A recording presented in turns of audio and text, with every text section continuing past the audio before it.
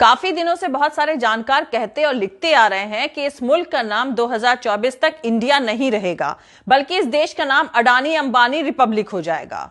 मुल्क सैकड़ों साल तक ईस्ट इंडिया कंपनी की गुलामी कर चुका है। अब नरेंद्र मोदी देश को अडानी अंबानी की गुलामी की तरफ ढकेल रहे हैं।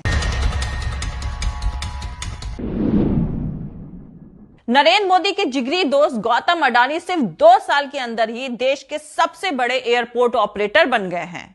बेंगलुरु, लखनऊ और अहमदाबाद के बाद अब मुंबई एयरपोर्ट की कमान भी अडानी की company Adani airport holdings limited AAHL के हाथों में आ गई है।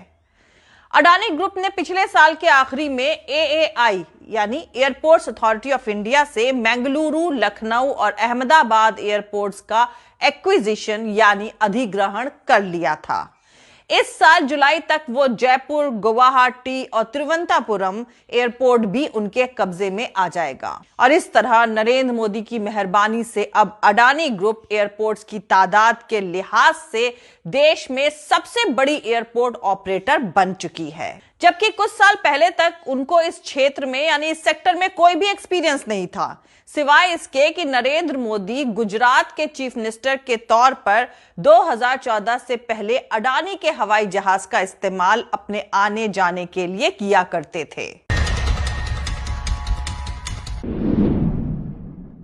ये नरेंद्र मोदी की सरकार है। इस सरकार से ये मत पूछिए कि कितने एयरपोर्ट, कितनी सरकारी कंपनी बिकेगी, बल्कि इनसे ये पूछिए कि कितनी सरकारी कंपनियां बचेंगी। सरकारी कंपनी की कुल तादाद 300 से भी ज्यादा है, जिसमें 31 मार्च 2019 तक 249 यानी 249 कंपनियां चालू हालत में थीं। मोदी सरकार इनमें से अप्रॉक्सीमेटली 24 कंपनीज ही अपने पास रखेगी, बाकी सब बेच देगी। इसका साफ मतलब यह है कि चालू हालात की 225 सरकारी कंपनियों को मोदी सरकार बेचने जा रही है। इनमें से कितनी ही ऐसी कंपनीज होंगी जो अच्छा खासा फायदा कमा रही होंगी, लेकिन सरकार को अब इनसे कोई मतलब नहीं है। वो तो उल्टी सीधी कीमतों में उसे अपनी दोस्त पूंजीपतियों को बेचने पर उतारू हैं। यकीनन यह काम 1-1.5 साल में होना पॉसिबल नहीं है, लेकिन यह माना जा सकता है कि 2024 के आम चुनाव से पहले ज्यादातर सरकारी कंपनीज बिक जाएंगी, जिन्हें पिछले 70 सालों में मेहनत से खड़ा किया गया था। वे लूट रहे हैं सपनों को, मैं चैन से कैसे सो जाऊं। वो बेच रहे हैं भारत को, खामोश मैं कैसे हो जाऊं। हाँ, मैंने कसम उठाई है, मैं देश नहीं बिकने दूंगा।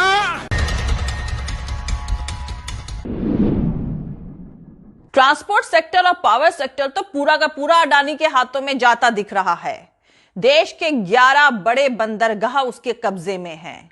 7 बड़े एयरपोर्ट पर उसका कब्जा है। उसकी नजर अब देश के बड़े रेलवे स्टेशंस पर है। कॉनकॉर जैसी इंपॉर्टेंट सरकारी कंटेनर कंपनी को खरीदकर वो देश की पूरी लॉजिस्टिक चेन पर कब्जा करने जा रहा है। तेल और गैस के सेक्टर में तो रिलायंस का पहले से ही कब्जा था।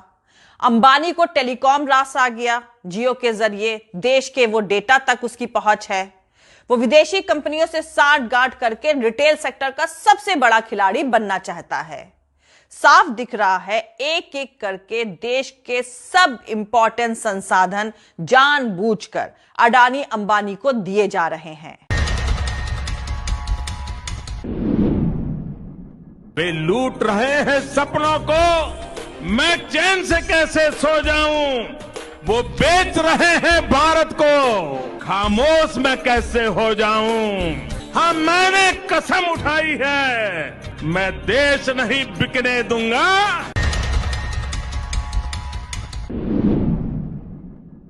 मोदी सरकार कंटेनर कॉरपोरेशन ऑफ इंडिया यानी कॉनकॉर को अडानी को बेच रही है, लेकिन अब अचानक कॉनकॉर ने रेलवे की जमीन खरीदना शुरू कर दिया है। इस नए तमाशे की वजह क्या है और ये कितना बड़ा खेल है, इस पर से पर्दा हटाऊंगी। लेकिन उससे पहले जो लोग मेरे चैनल पर नए हैं वो मेरा यूट्यूब चैनल पॉलिटिकल तमाशा भी डॉक्टर अर्शी को सब्सक्राइब करके वहां पे लगी बेल आइकॉन को जरूर दबा दे, ताकि आपको हमारे आने वाले हर वीडियो की अपडेट्स मिलती रहे। और दोस्तों, अगर आपको हमारा काम पसंद आता है, हमारे वीडियोस पसंद आते हैं, तो www.patreon.com/dr अर्शी खान पर जाकर डोनेट करके आप हमारे काम को सपोर्ट कर सकते हैं। तो चलिए शुरू करते हैं।